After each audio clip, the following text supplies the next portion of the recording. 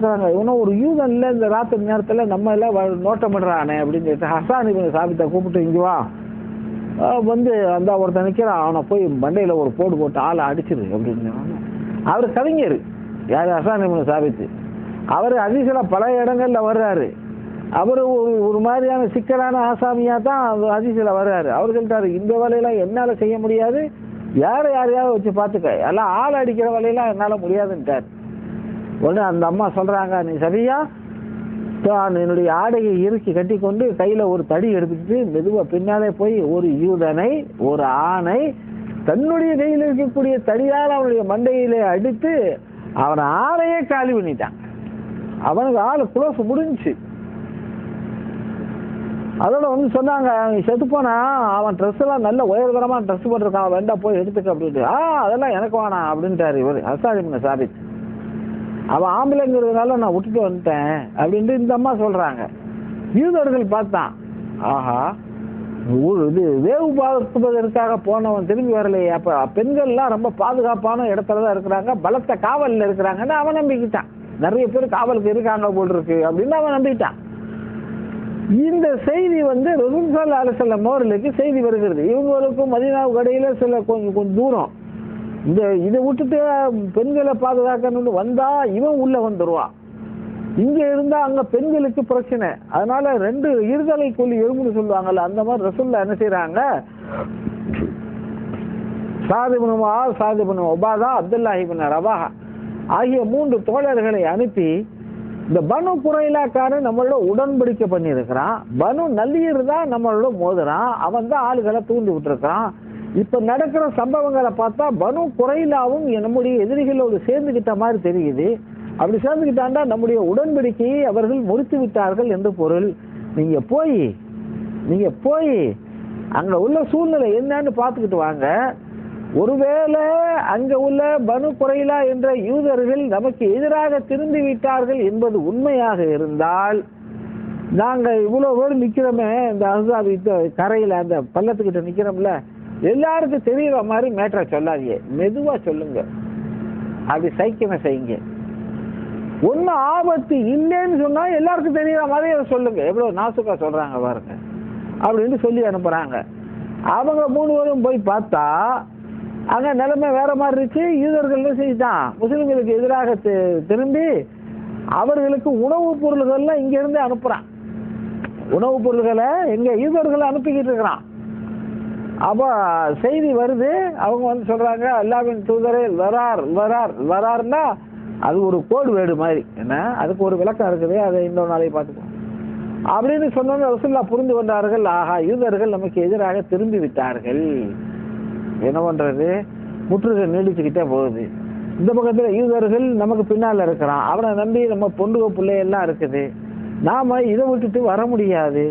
இப்படிங்கிற இந்த சூழல்ல இருக்க போகும்போது 2 விதமான மன ஓட்டங்கள், சிந்தனைகள் சஹாபாக்களுக்கு தோன்றியது. ஒண்ணு நயவஞ்சகர்கள்.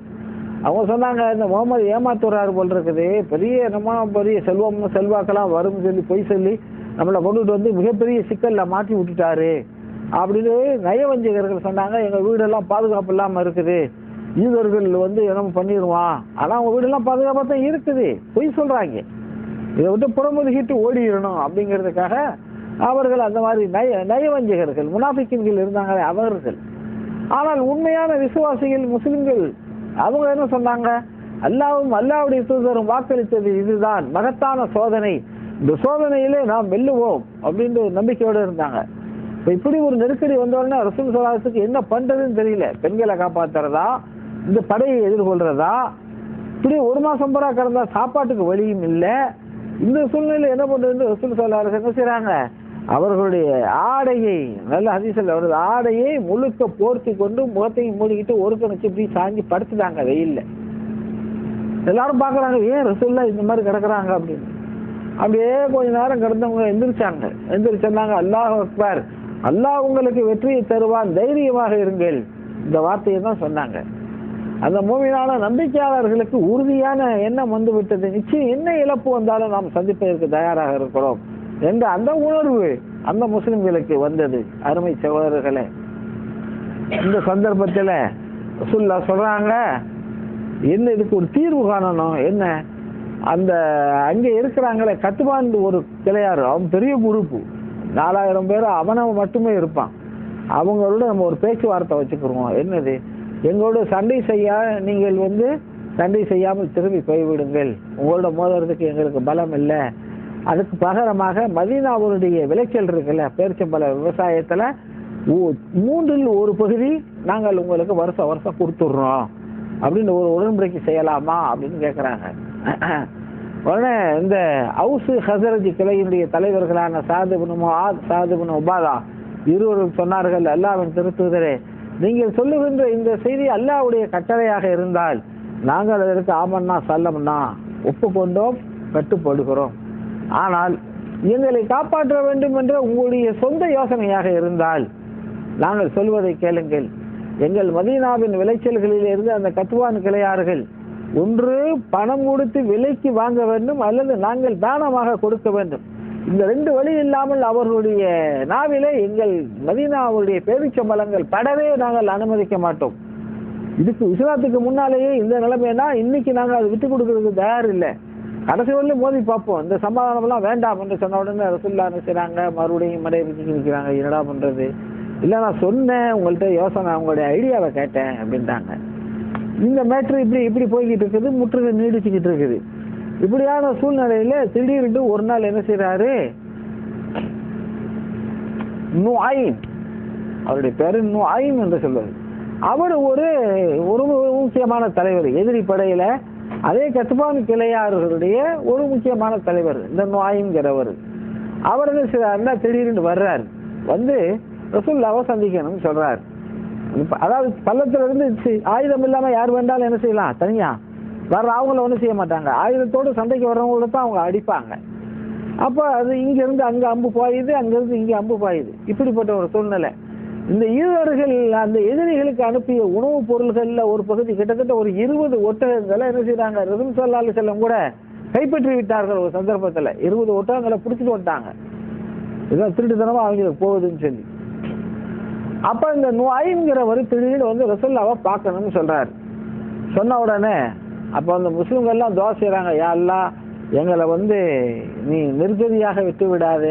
அவர் ரசூலுல்லாஹ் அந்த பள்ளம் தோண்டும்போது ஒரு கவிதையை சொல்றாங்க, அல்லாஹும்ம லா ஈஸ இல்லா ஈஸல் ஆஹிரா ஃபக்ஃபிர் லில் முஹாஜிரின் ஃபக்ஃபிர் லில் அன்சாரி வல் முஹாஜிரா. யா அல்லாஹ் கருணையாளனே, வாழ்க்கை என்றால் உண்மையான வாழ்க்கை என்பது மறுமை வாழ்க்கை தான். இதோ இங்கே உழைத்துக் கொண்டிருக்கக்கூடிய இந்த அன்சார்களுக்கும் முஹாஜிர்களுக்கும் நீ மன்னிப்பளிப்பாயாக அப்படின்னு சொன்னாங்க. உடனே சஹாபாக்கள் எல்லாம் சேர்ந்து ஒரு கவிதையை சொன்னார்கள், நஹ்னுல்லதீன பாயஉ முஹம்மதா, நாங்கள் யார் என்றால் இந்த முகமது இடத்துல பையத்து செய்து உடன்படிக்கை செய்து கொடுத்தவர்கள். போராக இருந்தாலும் உயிர் தியாகமாக இருந்தாலும் அதை நாங்கள் செய்வோம் என்று சொல்லி இருக்கிறோம் அப்படின்னு அவர்கள் கவிதை பாடினார்கள். இப்படி எல்லாம் துஆ செய்து கொண்டிருந்த நேரத்துல தான் அந்த நுஐம்ங்கிறவர் வர்றாரு. ரசூலுல்லாஹ்வை பார்க்கணுங்கிறாரு. ரசூலுல்லாஹ்வை பார்த்தாரு. பார்த்து கையெல்லாம் கொடுத்துட்டு சொன்னாரு,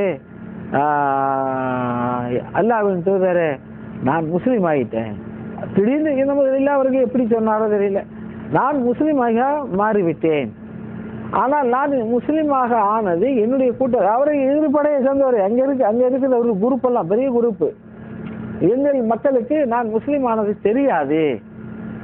இப்போது உங்களுக்கு நான் உதவ வேண்டும் என்று நினைக்கிறேன், எந்த விதத்துல நான் உங்களுக்கு உதவலாம் அப்படின்னு கேட்கிறேன்.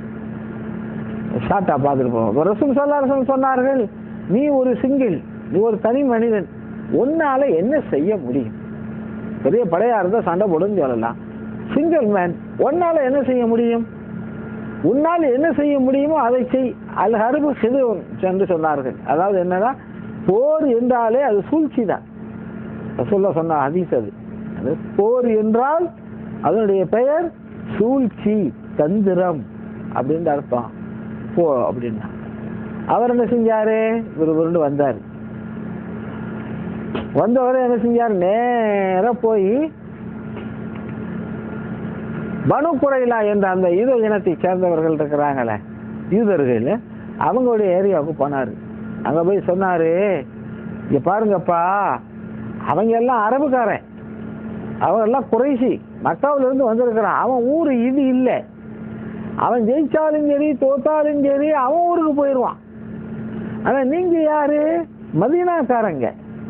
நாளைக்கு உங்களுடைய வாழ்வு, வளம், தாழ்வு, உயர்வு எல்லாம் இந்த முகம்மதோட சேர்ந்துதான் நீங்க வாழ்ந்தாகணும். இப்ப நீங்க உடன்படிக்கையை முடிச்சிட்டீங்கிற செய்தி முகமதுக்கு தெரிஞ்சு போயிருக்கும். அதனால அவர் உங்களை சும்மா விட மாட்டார். உங்களுக்கு என்னைக்கு இருந்தாலும் ஆபத்து தான். அதனால நீங்க ஒரு காரியம் செய்யணும். என்னப்பா பயமுறுத்துற? நான் என்ன பண்ணணும்? ஒண்ணும் இல்லை. அந்த இவர்கள் இருக்கிற குறைசிகள் இருக்கிறாங்கல்ல, மக்கால வந்திருக்காங்கல்ல, அவங்கள ஒரு 8 பேரை நீ பணைய கைதிகளாக கேளு. இது ஒரு 8 பேரை எங்கள்கிட்ட ஒப்படைக்கணும். அந்த 8 பேரை வாங்கி கையில வச்சுக்க. முகமது உங்கள் மீது ஆத்திரப்பட்டு நடவடிக்கை வந்தா மன்னிச்சுக்கிறீங்கன்னு சொல்லி இந்த 8 பேரையும் முகமது இடத்துல ஒப்படைத்து அவர்கிட்ட மன்னிப்பு கேட்டுக்க. 8 குறைசிகளையும் முகமது இடத்துல ஒப்படைத்து நீ மன்னிப்பு கேட்டுக்கொள். அந்த 8 பேரை நீ அவங்கள்ட்ட இருந்து வாங்கிடு. அப்பதான் நீ வாழ முடியும். ஆனா இப்ப நான் சொல்றேன், ஒரு காலமும் அந்த 8 பேரை அவர்கள் தரமாட்டார்கள். ஏன்? ஒன்னு எப்படியாவது நட்டாத்துல விட்டுட்டு அவன் ஓடிடுவான் அப்படின்னு ஒரு பிட்டை போட்டு விட்டாரு. விட்டுட்டு நேரம் அந்த பள்ளத்துல இறங்கி நேரம் வந்தாரு. குறைசிகளை சந்திச்சாரு.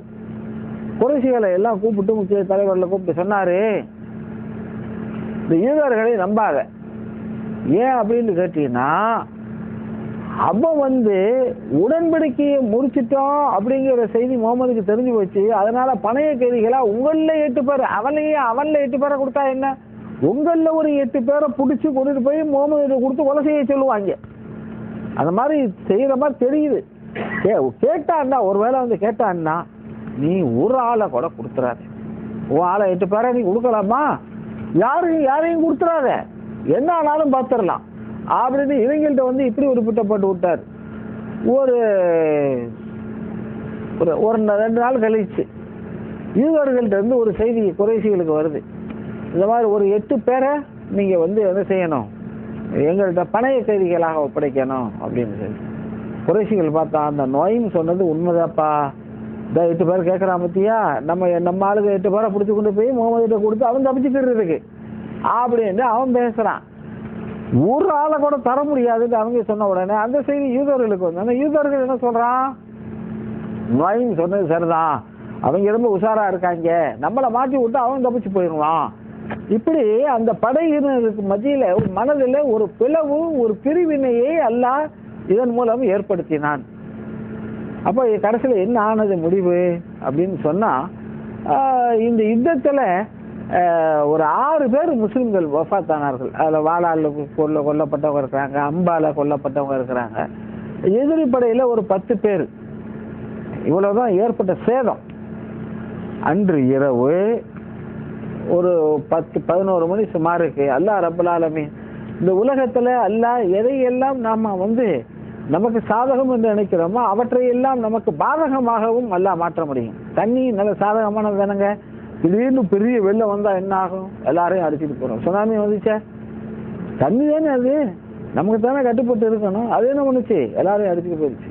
நெருப்பு நமக்கு கட்டுப்பட்டு அடுப்புல இருந்து நமக்கு உதவுது, தப்புன்னு சூழ்ந்து சென்றாக்கா எல்லாம் பாதி ஊரை அழிச்சுப்படும். அப்போ இவைகள் எல்லாம் அல்லாஹ்வுடைய ஜுனூதுகள், அல்லாஹ்வுடைய படைகள்.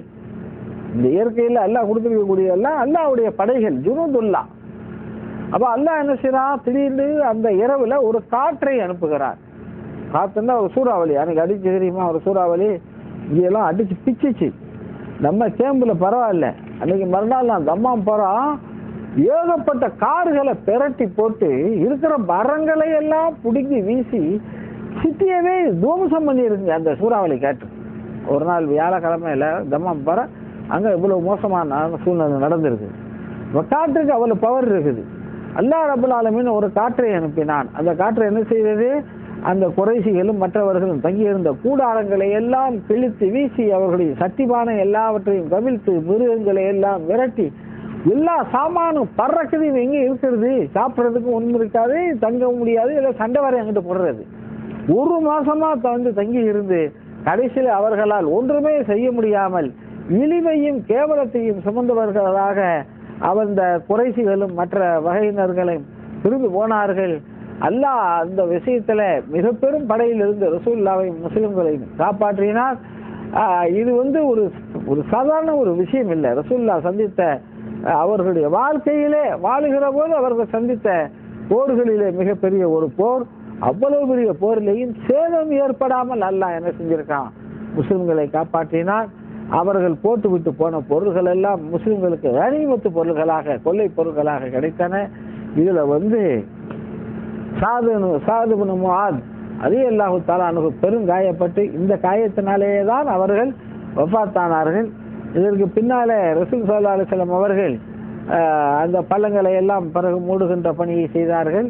அதன் பிறகு இவற்றுக்கு காரணமாக இருந்த உடன்படிக்கையை முறித்துவிட்ட பனு குறைலா என்ற அந்த யூத வம்சத்தின் மீது ரசூல் ஸல்லல்லாஹு அலைஹி வஸல்லம் என்ன நடவடிக்கை எடுத்தார்கள் என்பது இந்த வரலாறுக்கு பிந்தைய செய்தி.